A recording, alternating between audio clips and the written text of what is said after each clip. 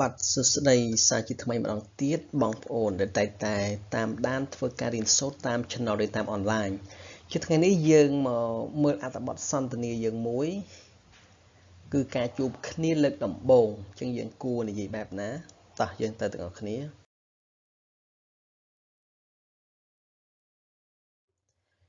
នេះគឺជាការសន្ទនារបស់យើងហៅថា formal greetings មិនចាជួបគ្នាដំបូងជាផ្លូវការហ្នឹងរវាង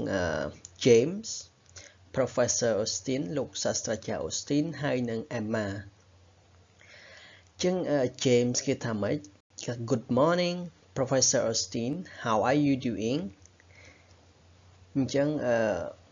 គេថាអរុនសួស្តីលោកសាស្ត្រាចារ្យ Austin how are you doing គឺវាស្មើនឹងគេ how are you គឺតើអ្នកសុខសប្បាយជាទេជាងគាត់ថាម៉េច Good morning James I'm doing well ចឹង I'm doing well កន្លែងនេះគឺស្មើគេ I'm fine and you ចុះអ្នកវិញ James គាត់ថាម៉េច I'm great thank you this is my friend Emma she is thinking about applying to this college she has a few questions would you mind telling us about the process please ចឹង would you mind កន្លែងនេះគឺវាស្មើនឹង can you ឬក៏ may you មាន polite request ចឹងតើលោកសាស្ត្រាចារ្យអាចជួយប្រាប់យើងអំពីដំណើរការ process នៃការដាក់ពាក្យបានទេបាទ please ចឹងខ្ញុំប្រែវិញថា I'm great thanks James គាត់ថាម៉េចខ្ញុំសុខសប្បាយទេអរគុណចឹងគាត់ណែនាំថាម៉េចនេះគឺជាមិត្តភ័ក្តិរបស់ខ្ញុំ Emma គាត់កំពុងតែចង់ apply មានដាក់ពាក្យទៅរៀននៅមហាវិទ្យាល័យនេះ this college ចឹងនាងមានសំណួរ 2-3 សំណួរឬក៏សំណួរមួយចំនួនតើលោកសាស្ត្រាចារ្យអាចប្រាប់យើងអំពីដំណើរការនៃការដាក់ពាក្យបានទេចឹង Professor Austin គាត់ថាម៉េចគាត់ថា Hello Emma it's pleasure to meet you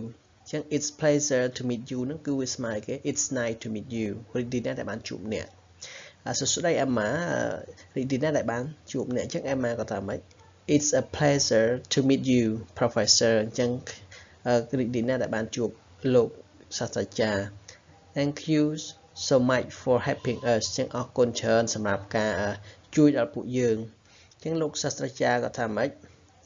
Don't mention it don't mention it កន្លែងនេះគឺវាស្មើនឹង no problem don't mention it អត់អីទេគុណស្រ័យអីឬក៏គេ you're welcome វាស្មើដូចគ្នា don't mention it hopefully I will be able to answer your questions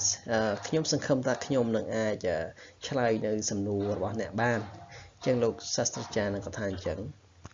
អូខេអញ្ចឹងសន្ទនាខ្លីៗនេះយើងមានប៉ុណ្ណឹងបើមានចម្ងល់ឆ្ងល់អាចសួរនៅក្នុង comment box ខាងក្រោមយើងជួបគ្នានៅវីដេអូក្រោយៗទៀតអូខេសូមអរគុណ